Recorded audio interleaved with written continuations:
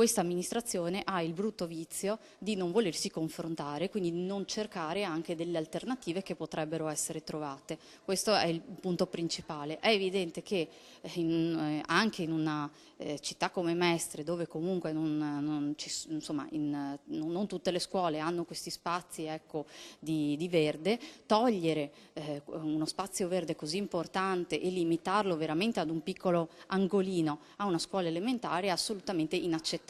Dopo la protesta dei genitori per dire no al progetto di un nuovo asilo a discapito dell'area verde dell'Istituto Querini di Via Catalani a Mestre, anche PD e 5 Stelle in Consiglio Comunale si mettono dalla parte delle famiglie, che non hanno intenzione di arrendersi nel contrastare l'iniziativa i cui lavori dovrebbero partire a luglio. Per noi il verde in generale non si tocca.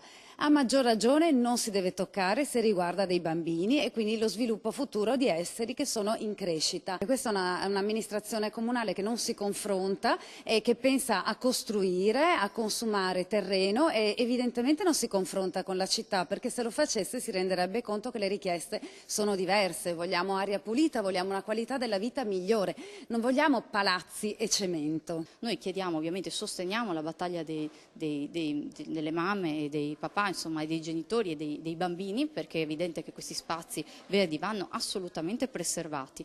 Primo. Secondo, ci sono anche i residenti della zona dove dovrebbe essere costruito il palazzone di 6 piani, che ovviamente in una zona dove le case sono tutte molto basse, insomma non ci sono questo tipo di palazzi, si vedono costruire un mostro vicino.